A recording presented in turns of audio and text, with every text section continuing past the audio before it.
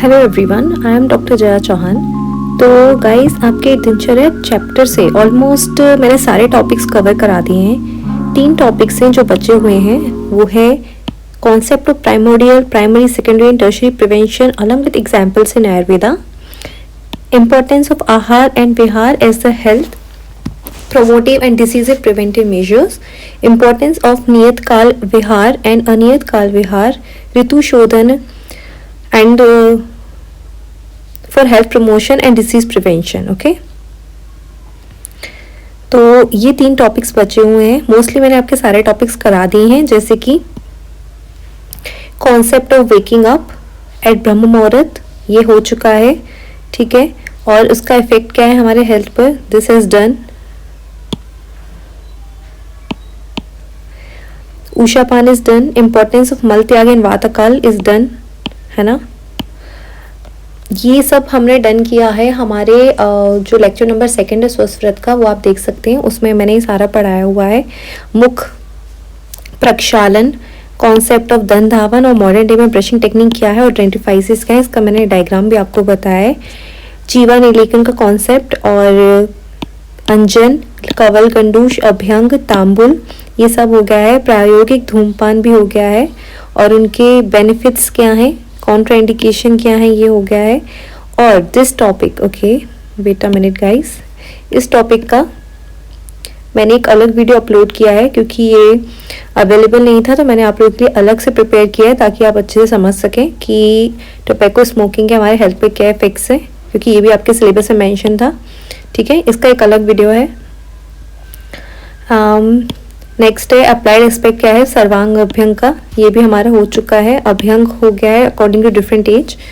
Different स्नेहल and oil भी मैंने आपको बताया था, कौन सी ऋतु में कौन सा लगाना है ना, ये भी मैंने आपको बताया था कुछ क्लास में। व्यायाम का कॉन्सेप्ट भी हो चुका है, ठीक है। अर्धशक्ति लक्षण व्यायाम के क्या है वो हो गए हैं। उद्वर्तन, उत्साधन, उत्कर्षण हो गया है। स्नान भी हो चुका है। अनुलेपन और उसका इम्पोर्टेंस और बेनिफिट्स भी हो गया है, और उसका प्रेजेंट डे में उसका क्या एप्लीकेशन है वो भी हमने देखा था, है ना। Deodorant, face body perfume and all. And last था हमारा इंपॉर्टेंस ऑफ प्रॉपर क्लोथिंग। तो ये सारे टॉपिक्स हमारे हो चुके हैं। अब आपको एक इम्पॉर्टेंट बात बताती हूँ कि जो आपका ये टॉपिक है या मैं कहूँ ये चैप्टर है दिनचर्या हेल्थ लाइफस्टाइल, इसमें से आपके एग्जाम में 38 मार्क्स का पोर्शन आने वाला है। यानी कि ये चैप्टर आपके लिए बहुत ज़्यादा इंपॉर्टेंट हुआ। एक एक टॉपिक इसका ये जो यहाँ पे सिलेबस में दिए गए हैं, ये सारे इंपॉर्टेंट हैं। ये जो मैंने ग्रीन से टिक कर रखे हैं, यहाँ से ये पूरी टेबल यहाँ तक, है ना, यहाँ से यहाँ तक ये पूरी टेबल इंपॉर्टेंट है, जिनमें से ये 3 टॉपिक जो हैं अभी हमारे बच गए हैं वो मैं आपको इस वीडियो में पढ़ाने वाली हूँ। ये वाले तीनों मैं आपको पढ़ाने वाली हूँ, बाकी सारे कंप्लीट हो गए हैं। ओके, तो हम शुरू करते हैं फटफट से।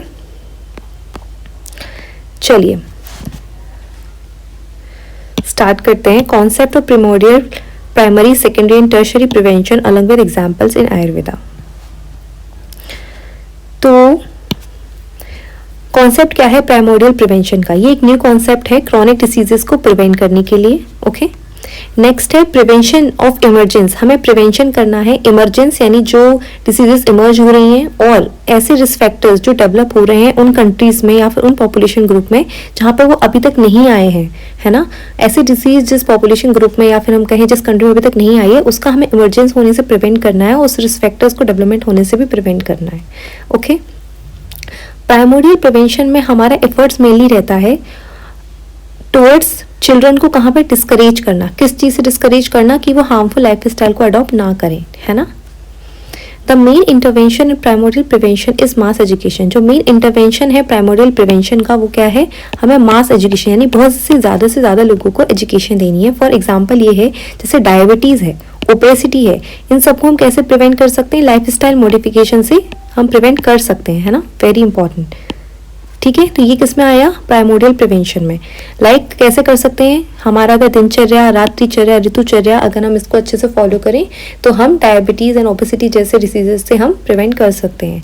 नेक्स्ट आता है concept of primary prevention. Primary prevention is the action taken prior to the onset of disease. Primary prevention एक ऐसा प्रिवेंशन है जो हम डिसीज के जस्ट पहले लेते हैं, प्रायर, ठीक है, जो रिमूव करता है पॉसिबिलिटी दैट डिसीज हमको हो जाएगी। It signifies intervention in the pre pathogenesis phase of a disease और हेल्थ प्रॉब्लम, यानी कि जो एक होती है पैथोजेनेसिस, है ना, जो हम किसी भी डिसीज की पैथोलॉजी पढ़ते हैं, लेकिन उससे पहले जो हम प्रिवेंशन लेते हैं वो आता है कॉन्सेप्ट ऑफ प्राइमरी प्रिवेंशन में। ठीक है, ये मेनली हम अप्लाई करते हैं क्रोनिक डिसीजेस के प्रिवेंशन के लिए, जैसे कि coronary heart disease, hypertension, cancer, और ये बेस्ड है एलिमिनेशन और modification of risk factors of disease. अगर हम रिस्क फैक्टर को हम मॉडिफाई कर दें या फिर एलिमिनेट कर दें तो इनसे हम बच सकते हैं। ठीक है, WHO ने यहाँ पे रिकमेंड किए following approaches for the primary prevention of chronic diseases, यानी क्रॉनिक डिसीजेस का आपको हमको प्राइमरी प्रिवेंशन कैसे करना है। सबसे पहला उन्होंने दिया हुआ है कि पॉपुलेशन मास स्ट्रेटजी, ये डायरेक्टेड की जाती है होल पॉपुलेशन पर, है ना। पॉपुलेशन मास स्ट्रेटजी का मतलब है कि हमको एक पूरे पॉपुलेशन पर इसको अफेक्ट करना है, ना कि एक इंडिविजुअल पर। ठीक है, नेक्स्ट है हमारा population approach is directed towards. Population approach कैसे होगी? Socio economic, behavioural, lifestyle changes तीनों करने हमको होंगे, लाइक नियत काल विहार एंड ऋतु शोधन, यानी ऋतु के अनुसार हमको शोधन करना होगा, और नियत काल विहार मतलब नियत काल पर हमको आहार विहार करना होगा। ठीक है, नेक्स्ट है हमारा हाई रिस्क स्ट्रेटजी, ये डायरेक्टेड है इंडिविजुअल्स के लिए। इससे पहले वाला था मास के लिए, पॉपुलेशन के लिए, एट स्पेशल रिस्क। इसमें हम लेंगे निदान परिवर्जन। निदान परिवर्जन का मतलब ये होता है कि जिन भी डिसीजेस, जो भी डिसीजेस का जो कॉज है ना, उसके निदान यानी कारण, यानी किसी भी डिसीज का जो कारण है, अगर हम उसको ना लें, उसको हम नहीं लें, उसको रोक दें, तो वो डिसीज हमको नहीं होगी। दैट इज द निदान परिवर्जन। अभी मैं आगे आपको और अच्छे से बताऊंगी इसके बारे में। ठीक है, concept of secondary prevention. Secondary prevention is the action जो हॉल्ट करता है progress of a disease at its incipient stage and prevents complications, यानी कि सेकेंडरी प्रिवेंशन क्या होता है? जिसमें डिसीज प्रोग्रेस कर रही होती है अपनी इनिशियल स्टेज पर, शुरुआती दौर ही होता है उसका, उसमें हम कॉम्प्लिकेशन को प्रिवेंट कर सकते हैं। कैसे? अगर हम शुरुआत में ही उस डिसीज का इलाज कर लें, तो ये तो होता है सेकेंडरी प्रिवेंशन। इसमें हम कैसे कर सकते हैं इसको प्रिवेंट? अगर हम अर्ली डायग्नोसिस कर लें, यानी कि हम फटाफट से उसकी स्क्रीनिंग टेस्ट करा लें, केस फाइंड करें और एडिक्वेट उसको ट्रीटमेंट दे दें। According to Ayurveda, any disease must be prevented as soon as possible in the earliest stage of षडक्रिया काल। आयुर्वेदा में भी यही बताया गया है कि आप किसी भी डिसीज को अगर आप अर्ली स्टेज में आप ट्रीट करते हो, it will be very beneficial और कॉम्प्लिकेशन नहीं होंगे उससे। आता है अब टर्शरी प्रिवेंशन का कॉन्सेप्ट क्या है। ये tertiary prevention is the all measures available. Tertiary prevention वो होता है जिसमें सारे मेजर्स अवेलेबल होते हैं रिड्यूस यानी कम करने के लिए, या फिर इम्पेयरमेंट्स को लिमिट करने के लिए, and disabilities, minimize suffering caused by existing departures from good health and to promote the patient adjustment to irremediable condition. इसका मतलब ये है टर्शरी प्रिवेंशन में पेशेंट को कोई डिसीज हो गई है तो हम उसको कम कर सकते हैं या लिमिट कर सकते हैं, उसकी डिसेबिलिटी को, उसकी सफरिंग को मिनिमाइज कर सकते हैं जो कि कॉज हुई है गुड हेल्थ से। गुड हेल्थ से वो बैड हेल्थ में चला गया, और हम प्रमोट कर सकते हैं पेशेंट का adjustment to irremediable conditions. It signifies in the late pathogenesis phase. ये कब सिग्निफाइज होती है? लेट पैथोजेनेसिस फेज में। According to Ayurveda all measures available to prevent और रिड्यूस और लिमिट उपद्रवस। आयुर्वेदा में सारे मेजर्स दिए गए हैं जो कि क्या करते हैं? उपद्रव को लिमिट करते हैं, रिड्यूस करते हैं या प्रिवेंट करते हैं। ठीक है, अब आता है रिस्क फैक्टर्स। कई सारी डिसीजेस के लिए जो एजेंट होता है वो स्टिल अनआइडेंटिफाइड होता है, नहीं उसका हमें पता नहीं लगता। जैसे कोरोनरी हार्ट डिसीज है, कैंसर है, पेप्टिक अल्सर है। पेप्टिक अल्सर भी सब जानते होंगे, है ना, मेंटल इलनेस, यानी पेप्टिक अल्सर हमारे स्टमक में अल्सर हो जाते हैं, these are the peptic ulcer. Where the disease agent is not firmly established, जहाँ पे हमको डिसीज का एजेंट फॉर्मली पता ही नहीं होता है, स्टेब्लिश ही नहीं होता है, तो उसकी एटियोलॉजी जनरली उसको हम कैसे टर्म करते हैं? रिस्क फैक्टर्स में। तो रिस्क फैक्टर्स क्या है? जिस भी डिसीजेस का हमको, जब भी उसका जो एजेंट है, डिसीज का जो एजेंट है वो हमें फॉर्मली स्टेब्लिश्ड नहीं है या अनआइडेंटिफाइड है, तो हम उसको कहते हैं रिस्क फैक्टर है। The term risk factor can also be identified as an attribute or exposure that is significantly associated with the development of a disease. ये risk factor किससे connected है? Development of a disease से connected है। A determinant that can be modified, एक ऐसा determinant जिसको हम modify कर सकें intervention के through by thereby reducing the possibility of occurrence of a disease or other specified outcomes। यानी कि इसका मतलब ये है कि अगर कुछ ऐसे डिटरमिनेंट हो जिनको हम मॉडिफाई कर सकते हैं इंटरवेंशन के थ्रू, और अगर उससे किसी भी डिसीज की पॉसिबिलिटी अकरेंस होने की, है ना, किसी भी डिसीज के अकर होने की पॉसिबिलिटी रिड्यूस हो जाती है, तो वो हमें करना चाहिए। इसका एग्जाम्पल से आपको समझ में आएगा कैसे some risk factors can be modified. कुछ रिस्क फैक्टर्स को हम मॉडिफाइड कर सकते हैं, कुछ को हम नहीं कर सकते हैं। जो मॉडिफाई वाले जो फैक्टर्स हैं, मॉडिफेबल फैक्टर्स जो हैं, उसमें आता है हमारा स्मोकिंग, हाइपरटेंशन, यानी स्मोकिंग को आप मॉडिफाई कर सकते हो। आप स्मोकिंग ना करें तो स्मोकिंग वाली डिसीजेस नहीं होंगी, जो मैंने इससे पहले वाली क्लासेस में आपको बताया था, है ना। COPD होता है, स्ट्रोक होता है, सोरियासिस होता है, एंड डिलेड हमारा जो वुंड हीलिंग है वो होता है, इनफर्टिलिटी होता है। तो ये सारे क्या थे, स्मोकिंग से हो रहे थे ना। तो अगर आप स्मोकिंग को रोक लेंगे तो ये सारी डिसीजेस आप बच जाएंगे। तो ये हो गया मॉडिफिएबल फैक्टर्स जिनको आप मॉडिफाई कर सकते हो। हाइपरटेंशन, एलिवेटेड सीरम कोलेस्ट्रॉल, यानी कि सीरम कोलेस्ट्रॉल बढ़ा हुआ है तो उसको भी आप कम कर सकते हो। आप सब जानते हो आपको ऑयली फूड फिर कम लेना है ना, बैड फैट्स नहीं आपको लेना है, गुड फैट्स लेना है, फिजिकल एक्टिविटी करना है, लिखा है इसमें देखो, फिजिकल एक्टिविटी, ओबेसिटी एक्सेट्रा, इन सबको आप मॉडिफाई कर सकते हो। लेकिन ऐसे फैक्टर्स जो कि अनमॉडिफाइड होते हैं, उसमें आता है एज। आप किसी की एज मॉडिफाई नहीं कर सकते हो। सेक्स यानी male female, race, family history और जेनेटिक फैक्टर्स ये मॉडिफाई नहीं हो सकते। तो ये हो गए अनमॉडिफाइबल रिस्क फैक्टर्स। अब आपको ये कॉन्सेप्ट समझ आ गया होगा रिस्क फैक्टर वाला सारा, ठीक है। अब आता है इंपॉर्टेंस ऑफ आहार एंड विहार। आहार और विहार का क्या इंपॉर्टेंस है इज द हेल्थ के प्रोमोटिव एंड प्रिवेंटिव मेजर्स में, है ना। तो अकॉर्डिंग टू आयुर्वेदा कोई भी जो मटेरियल है हमारे यूनिवर्स में वो किसका बना होता है, पंच महाभूत का बना होता है। वो होता है आकाश, वायु, अग्नि, जल, पृथ्वी, इंक्लूडिंग ह्यूमन की बॉडी जो है और फूड है, ये सब कुछ इन्हीं 5 तत्वों से या महाभूतों से हम कहें बना होता है। किससे बना होता है, पंच महाभूत से। ओके, वही दिया हुआ है यहाँ पे। अब आता है त्रिदोषज, वात, पित्त, कफ, जो हमारी बॉडी को बनाते हैं ये भी पंच महाभूत के बने होते हैं, ठीक है। तो इसमें ये दिया गया है कि जो आपके त्रिदोषज है वात, पित्त, कफ, वो भी पंच महाभूत के बने होते हैं, आकाश, वायु, अग्नि, जल, पृथ्वी। अब इसमें थोड़ा सा कॉम्प्लिकेटेड है तो मैंने आपके लिए नोट डाउन कर दिया है साइड में, तो आपको अच्छे से समझ में आएगा। जैसे इसमें दिया हुआ है कि जो वायु है वो आकाश महाभूत की बनी होती है, ठीक है। वायु किसकी बनी होती है, आकाश महाभूत की। ये देखिए, तो वात यानी वायु किसकी बनी होती है, आकाश महाभूत की। अब आता है, इन्होंने बोला है जो पित्त है वो बना होता है अग्नि और जल का। सही हमने लिखा है यहाँ पे, पित्त किसका बना होता है, अग्नि और जल का। वही लिखा है, उसको मैंने आपको वर्टिकल फॉर्म में सही तरीके से लिख के दे दिया है ताकि आपको एकदम क्लियरली समझ आएगा। कफ जो है वो बना होता है पृथ्वी और जल का, है ना। तो कफ किसका बना है, वही इसमें लिखा है पृथ्वी और जल का, ठीक है। अब नेक्स्ट में मैं आपको बताऊंगी। अब हम देखते हैं planning and indulging in the diet, balancing these elements, maintain the homeostasis of the body. अगर आप अपनी डाइट को प्लानिंग करते हैं अच्छे से और बैलेंस कर करके एलिमेंट्स को खाते हैं या करते हैं तो आपकी बॉडी की होमियोस्टेसिस मेंटेन रहती है। ओके, ईच डाइटरी आइटम में हैव, जो भी डाइटरी आइटम आप खाते हैं उसका दोष को बढ़ाने वाला और दोष को कम करने वाला और दोष को बैलेंस करने वाला एक्शन होता है हमारी बॉडी पर। Okay, specific diet has been mentioned in Ayurveda to maintain the balance of doshas disturbed due to various factors like season, age, etc. Specific diet Ayurveda में मेंशन की गई है हमारे दोषों को बैलेंस करने के लिए, डिस्टर्ब होते हैं due to various factors like season, age, etcetera. अब जो हमारा फूड है, जो भी हम खाना खाते हैं उसमें षड रस यानी 6 रस होते हैं। वो होते हैं मधुर, अम्ल, लवण, कटु, तिक्त, कसाय। और हर टेस्ट का एक प्रीडोमिनेंस और पर्टिकुलर एलिमेंट होता है। तो उन्होंने बोला है कि यानी जो षड रस है उनमें भी क्या होते हैं, ये देखिए लिखा है पंच महाभूत होते हैं जिनका स्पेसिफिक इफेक्ट होता है हमारे त्रिदोषज धातु पर। मधुर रस जो कि होता है स्वीट।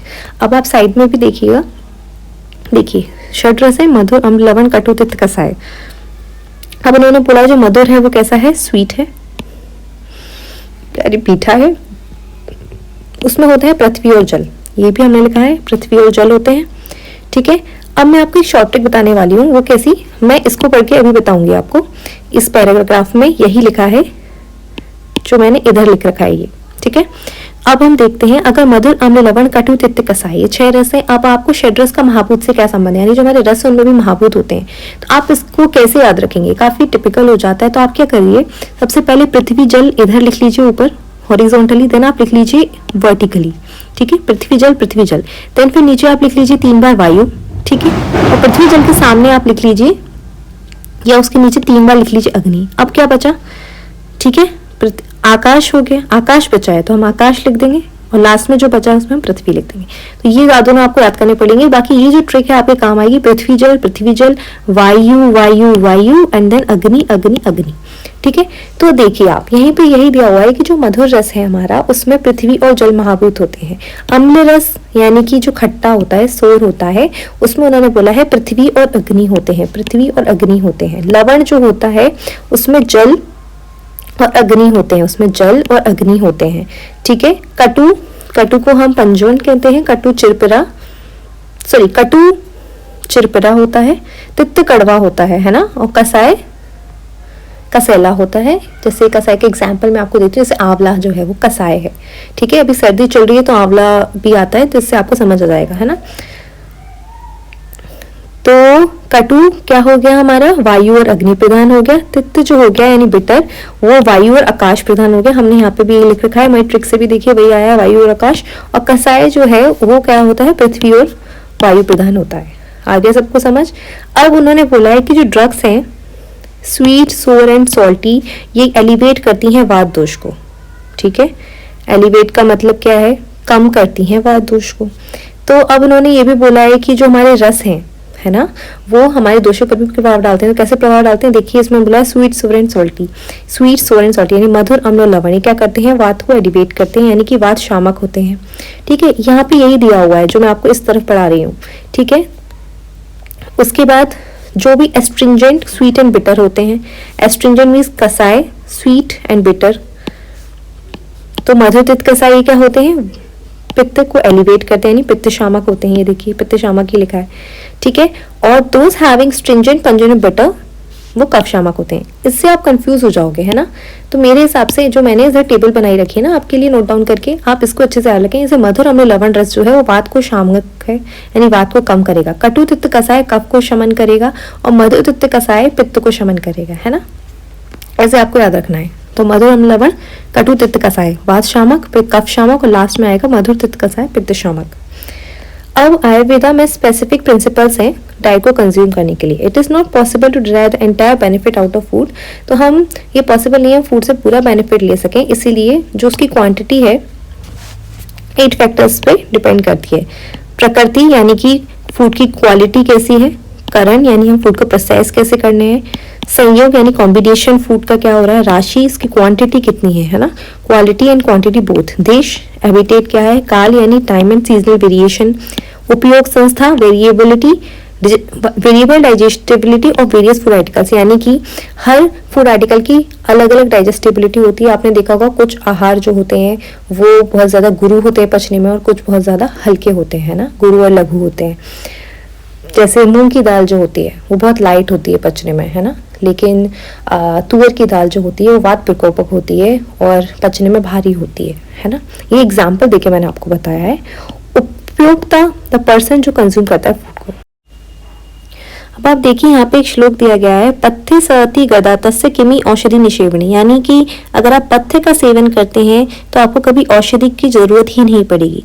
पथ्य असति गदा तस्य किमी औषधि निषेवणी, और अगर आप अपथ्य का सेवन करते हैं तो औषधि भी कोई काम नहीं करेगी। सेम यहाँ पे दिया हुआ है कि अगर आप पथ्य आहार विहार फॉलो करते हैं तो there is no need for the medicine, but अगर पेशेंट कंटिन्यूसली कंज्यूम करता है अपथ्य आहार विहार तो there is no need for medicine, तब एंड फॉलोइंग अपत्य विहार then also there is no need of medicine. क्यों नहीं है क्योंकि मेडिसिन की जरूरत, क्योंकि सेकंड केस में मेडिसिन इफेक्टिव ही नहीं होगी। ठीक है, आहार एंड विहार को इम्प्रूव कर सकते हैं दिनचर्या, ऋतुचर्या और आचार रसायन से। ठीक है, निदान परिवर्जन इज अ फर्स्ट स्टेप। निदान परिवर्जन जो है वो फर्स्ट स्टेप है किसी भी डिसीज को मैनेजमेंट करने के लिए। इसका मतलब है हमें वो पॉजिटिव फैक्टर्स अवॉइड करने हैं जो रिस्पॉन्सिबल हैं डिसीज के कंडीशन के लिए। मैंने आपको यही बताया था, निदान परिवर्जन यानी जिन भी कॉजेज से आप। तो आयुर्वेदा के अकॉर्डिंग आहार एंड विहार 2 टाइप्स के इम्पॉर्टेंट कॉन्सेप्ट होते हैं जो प्रमोट करते हैं हेल्थ को एंड प्रिवेंट करते हैं डिसीजेस को। आहार का मतलब होता है डाइट, वाइल विहार का मतलब होता है लाइफस्टाइल। ओके, आयुर्वेदा एम्फेसाइज करता है बेसिक डाइटरी गाइडलाइंस को, किसके टर्म्स में, in terms of the appropriate food, food का कॉम्बिनेशन, कुकिंग करने के मेथड्स क्या है, उनका स्टोरेज और ईटिंग एटमॉस्फेयर क्या है, hygiene and etiquette. The preventive and curative aspects of Ayurveda revolve around the central theme of पथ्य आहार एंड विहार। जो प्रिवेंटिव एंड क्यूरेटिव एस्पेक्ट है आयुर्वेदा का वो रिवॉल्व करता है एक सेंट्रल थीम के अराउंड जो है पथ्य आहार एंड विहार। Lifestyle interventions like diet, exercise, stress management, de addiction play करता है बहुत important role in the prevention and management of diseases. विहार चिकित्सा भी major Ayurvedic preventive and therapeutic approach है हेल्थ के लिए। A healthy diet and lifestyle essential है for maintaining a balance between the mind, body and soul. षड रसात्मक आहार बहुत इंपॉर्टेंट है क्योंकि वो रिच होता है न्यूट्रिएंट्स, विटामिन एंड मिनरल्स में। आहार में वैरायटी होनी चाहिए फूड्स की, लाइक फ्रूट्स होने चाहिए, vegetables, whole grains, lean protein and healthy fats. A षड रसात्मक आहार balance diet can help prevent chronic diseases. जो षड रसात्मक आहार है यानी कि ऐसा आहार जिसमें सारे 6 रस हैं, बैलेंस डाइट जिसे हम कहते हैं, वो हेल्प करता है हमको क्रॉनिक डिसीज से प्रिवेंट करने के लिए, like heart disease, diabetes and cancer. विहार means life style includes daily routine. विहार में लाइफ स्टाइल में यानी आते हैं हमारे डेली रूटीन में, like exercise, yoga, meditation and sleep. इन प्रैक्टिसेस से हमारा स्ट्रेस लेवल रिड्यूस होता है और प्रमोट करता है mental wellbeing. Regular exercises can also prevent chronic diseases. Regular exercises chronic disease भी प्रिवेंट होती है, like obesity, heart disease and diabetes. आहार एंड विहार playing a important and crucial role in promoting good health and preventing disease. अब हम बात करते हैं नियत काल विहार का क्या इंपॉर्टेंस है और अनियत काल विहार का क्या इंपॉर्टेंस है। According to Ayurveda, the principles of Dincharya and Ritucharya advocate living one's life according to the flow of seasons, है ना। दिनचर्या और ऋतुचर्या ये हमको सीजन्स के अकॉर्डिंग हमें ना फॉलो करते हैं, ठीक है। दिनचर्या तो हम जो दिन भर में फॉलो करते हैं, ऋतुचर्या जो हम ऋतु के अकॉर्डिंग फॉलो करते हैं। द एनर्जीज ऑफ नेचर, जो नेचर की एनर्जी है वो सीजन्स के साथ चेंज होती रहती है। जैसे कि फ्लावर्स ब्लूम करते स्प्रिंग में और अपनी जो लीव्स वगैरह हैं वो फॉल कर देते हैं, है ना। We are also affected by shifts to in the seasons environment, यानी हम भी जो है सीजन की शिफ्ट से अफेक्ट होते हैं और जब हम फेल हो जाते हैं इन चेंजेस को अडॉप्ट करने में तो हमें इलनेस हो जाती है ना। तो इन्होंने बोला है कि इम्पोर्टेंस क्या है नियत काल विहार की और अनियत काल विहार की। द प्रिंसिपल्स ऑफ दिनचर्या, रात्रिचर्या एंड ऋतुचर्या हेल्प करता है to maintain the homeostasis by adjusting our diet, sleep wake cycle, energy level and other factors including to seasonal changes.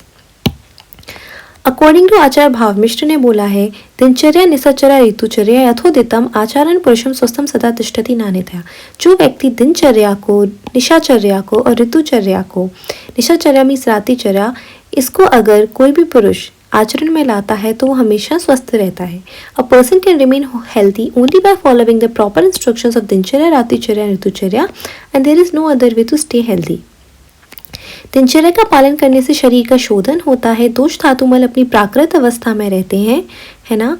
तीसरा है शरीर में बल की वृद्धि होती है, व्याधि क्षमत्व की वृद्धि मीन्स इम्यूनिटी की वृद्धि होती है, निज एवं आगंतुक रोगों से शरीर की रक्षा होती है। आरोग्य की प्राप्ति हेतु दिनचर्या का पालन अत्यधिक महत्वपूर्ण है।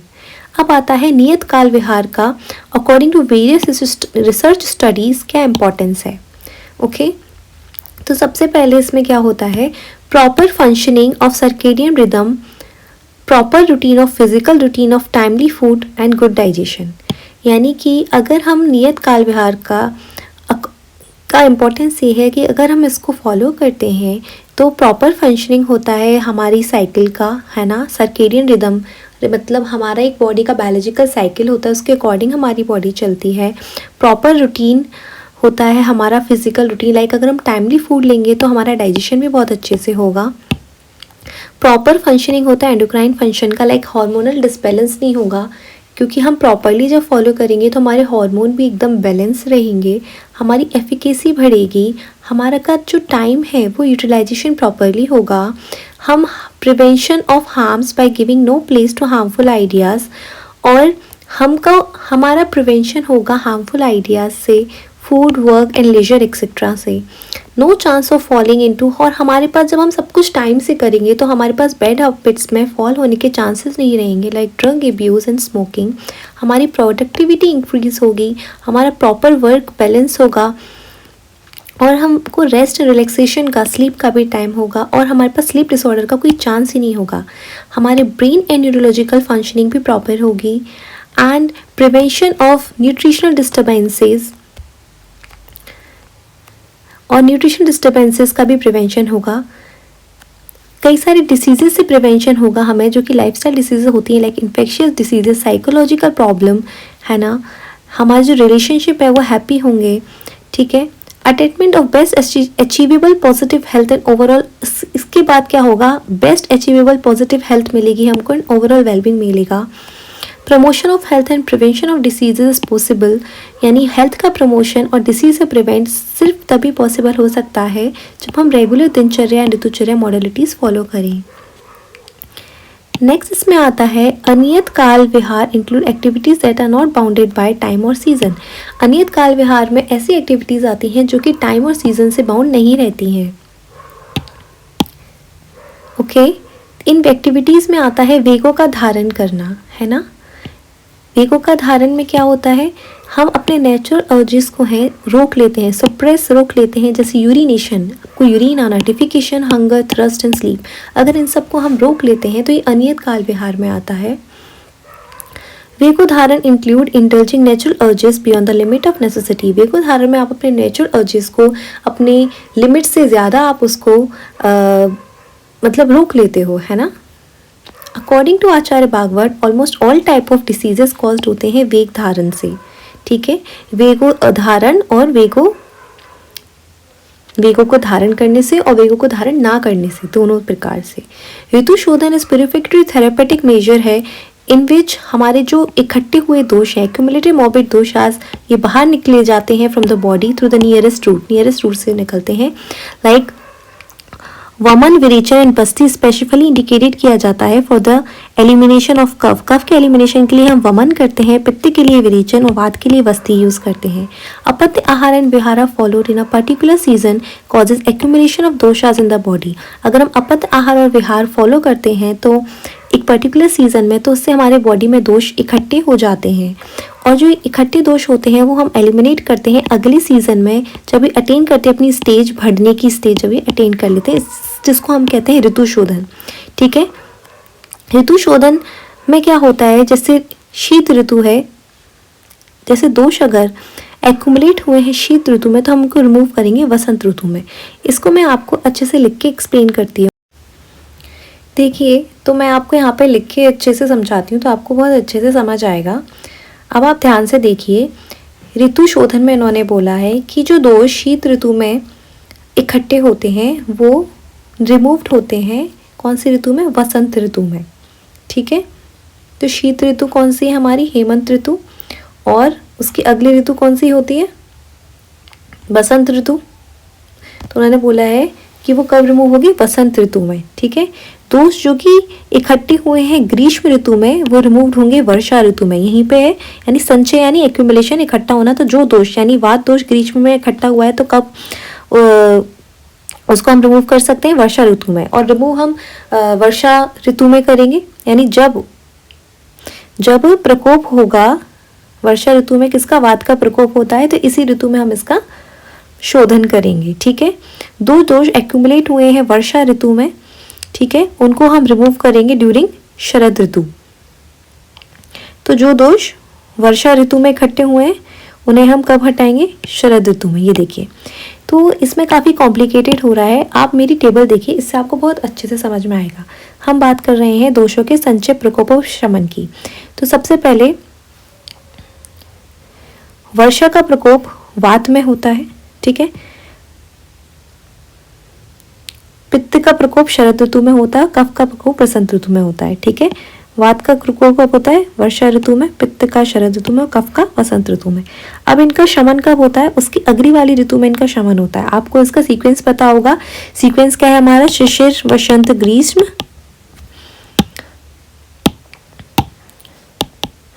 शिशिर, बसंत, ग्रीष्म, वर्षा, शरद और हेमंत। अब आपको सीक्वेंस याद रखना है, ठीक है। वर्षा के बाद क्या आता है, शरद। तो जिस ऋतु में जिस दोष का प्रकोप हो रहा है उसकी अगली ऋतु में उसका शमन होगा, ठीक है। यानी कि वर्षा का प्रकोप कब हो रहा है, वात का प्रकोप कब हो रहा है? वर्षा ऋतु में। ठीक है, वात का प्रकोप हो रहा है कब? वात का प्रकोप हो रहा है वर्षा ऋतु में। ध्यान से देखिए कॉन्सेप्ट, वात का प्रकोप हो रहा है वर्षा ऋतु में, तो इसका शमन कब होगा? शरद ऋतु में। वर्षा के बाद कौन सी आ रही है? शरद। ठीक है, इसी तरह पित्त का प्रकोप हो रहा है शरद ऋतु में, और इसका शमन कब होगा? इसकी अगली वाली ऋतु में। तो शरद के बाद कौन सी ऋतु आती है? हेमंत। ठीक है, और उसकी जो पहले वाली ऋतु है उसमें उसके दोष का संचय होगा। तो शरद से पहले वाली वर्षा है, तो वर्षा में पित्त का संचय होगा। वर्षा से पहले वाली ग्रीष्म है, तो ग्रीष्म में वात का संचय होगा। इसी तरह हम देखें तो कफ का प्रकोप होता है वसंत ऋतु में। कफ का प्रकोप कब है? वसंत ऋतु में। तो इसका शमन कब हम कब करेंगे? इसका शमन कब होगा? इसकी अगली ऋतु में। अगली ऋतु में कब? यानी ग्रीष्म ऋतु में होगा। लेकिन जिस शोधन हम कब करेंगे? शोधन हम करेंगे जब जिस ऋतु में प्रकोप होता है उस ऋतु में शोधन करेंगे। ठीक है, तो वात का शोधन हम आपको करेंगे वर्षा ऋतु में, पित्त का शरद ऋतु में, कफ का वसंत ऋतु में। क्यों? क्योंकि इसका प्रकोप हो रहा है। ठीक है, तो इसी में हम शोधन करेंगे। आई बात समझ में सभी बच्चों को? अब हम बात करते हैं कि इम्पोर्टेंस ऑफ ऋतु शोधन। जो हमारे ऋतु में हम शोधन करते हैं उसका इम्पोर्टेंस क्या है? ठीक है, तो ये हमारी डाइजेस्टिव पावर को इंक्रीज करता है। ठीक है, डाइजेस्टिव पावर को इम्प्रूव करता है, हमारी डिसीजेस को कम करता है, हमारी बॉडी में होमियोस्टेसिस को मेंटेन करता है, हमारे सेंस ऑर्गन का फंक्शन इम्प्रूव करता है, हमारे माइंड एंड इंटेलेक्ट को, हमारा कॉम्प्लेक्शन इम्प्रूव करता है, स्ट्रेंथ एंड नरिशमेंट देता है, improve the quality of the progeny. जो हमारे प्रोजेनी मीन्स जो बच्चे होते हैं उनकी क्वालिटी इंप्रूव करता है, एजिंग को डिले करता है, प्रोवाइड करता है long life without affliction of the disease. ऋतु शोधन एक प्रिवेंटिव मेजर है निज रोग से और आगंतुक रोग से इनडायरेक्टली, क्योंकि इसमें हम इम्यून सिस्टम को बूस्ट करते हैं जो हमारे ह्यूमन फिजियोलॉजी को रीसेट कर देता है। इन दिस नोट आई मेरा when no one is following seasonal regimen there will be संचय पूर्व प्रकोप लीडिंग टू वेरियस डिसीजेस। ठीक है, इस एरा में जब कोई भी सीजनल रेजिमेन नहीं फॉलो कर रहा है तो कई सारे संचय प्रकोप और प्रसर से क्या हो रहा है? कई सारी डिसीजेस हो रही है। ऋतु शोधन one of the best method है non communicable as well as communicable diseases से प्रिवेंट होने का। ब्रंघन। ठीक है, ब्रंघन इन्वॉल्व्स नरिशिंग द बॉडी। ब्रंघन में बॉडी नरिश होती है जिसका एम होता है न्यूट्रिशन लेवल बॉडी में इंप्रूव करना with food and other substances जो प्रमोट करते हैं growth, health and overall wellbeing. इसका एम होता है पेशेंट जो कि डिबिलिटेड है, यानी जो पतले दुबले हैं, जिन्हें मसल वेस्टिंग है, इंजर्ड हैं, जिन्होंने बहुत सारा ब्लड जो है लॉस कर दिया है, वीक हैं, इमेसिएटेड हैं, एल्डरली हैं, वीक हैं, वॉक करते हैं बहुत ज़्यादा डेली बेसिस पर, सेक्सुअल एक्टिविटी में इंडल्ज हैं, अल्कोहल डेली लेते हैं और हैविंग माल अब्जॉर्प्शन डिसऑर्डर है। ठीक है, ब्रंघन is the best way to prevent malnutrition as well as infection diseases because malnutrition contribute करता है इन्फेक्शन और इन्फेक्शन से कंट्रीब्यूट करता है माल न्यूट्रिशन। अब आता है भूतादि अपरशन refers to avoiding contact with certain substance or entity that are considered infectious or impure। यानी कि हमको ऐसी चीज़ों से दूर रहना है जो कि इन्फेक्शियस होते हैं और इम्प्योर और हार्मफुल होते हैं। ठीक है, the importance of these practices for health protection and disease prevention is well documented in Ayurvedic literature. तो लास्ट में दिया हुआ है कि दिनचर्या ऋतुचर्या हेल्प करता है टू मेंटेन होम्योस्टेसिस। हमने बहुत बार पढ़ लिया होम्योस्टेसिस मेंटेन करना दिनचर्या ऋतुचर्या का कार्य में, अगर हम इस लाइफस्टाइल को अडेप्ट करते हैं टू सीजनल चेंजेस तक। और अनियत काल विहार प्रैक्टिस हेल्प करता है to maintain physical and mental purity by regulating natural urges and avoiding harmful substances. और अगर हम इसको मेंटेन करते हैं तो रेगुलेट करते हैं अपने नेचुरल अर्जेस को और अवॉइड करते हैं अगर हार्मफुल सब्सटेंसेस को, तो इससे क्या होता है हमारी लाइफस्टाइल बहुत अच्छी रहती है और हमारी फिजिकल एंड मेंटल प्योरिटी भी मेंटेन रहती है। इसी के साथ जो हमारे शुरू के 3 टॉपिक थे वो भी कंप्लीट होते हैं। यहाँ से ब्रह्ममुहूर्त शुरू हो रहा है तो ये मैं आपको पढ़ा चुकी हूँ। तो आपका दिनचर्या का जो चैप्टर है वो कंप्लीट होता है ना। सारे टॉपिक्स देखिए कंप्लीट हो गए हैं। हमने ये वाले भी कंप्लीट कर लिए, इन पर भी हम ग्रीन टिक लगा देते हैं, ये भी कंप्लीट हो गए हैं। ठीक है, इधर से 38 मार्क्स का आपका टोटल बनेगा, है ना। तो thank you everyone. I hope आप लोगों को सब कुछ ठीक से समझ में आया होगा और आपका ये चैप्टर ख़त्म होता है। मिलते हैं नेक्स्ट लेक्चर में।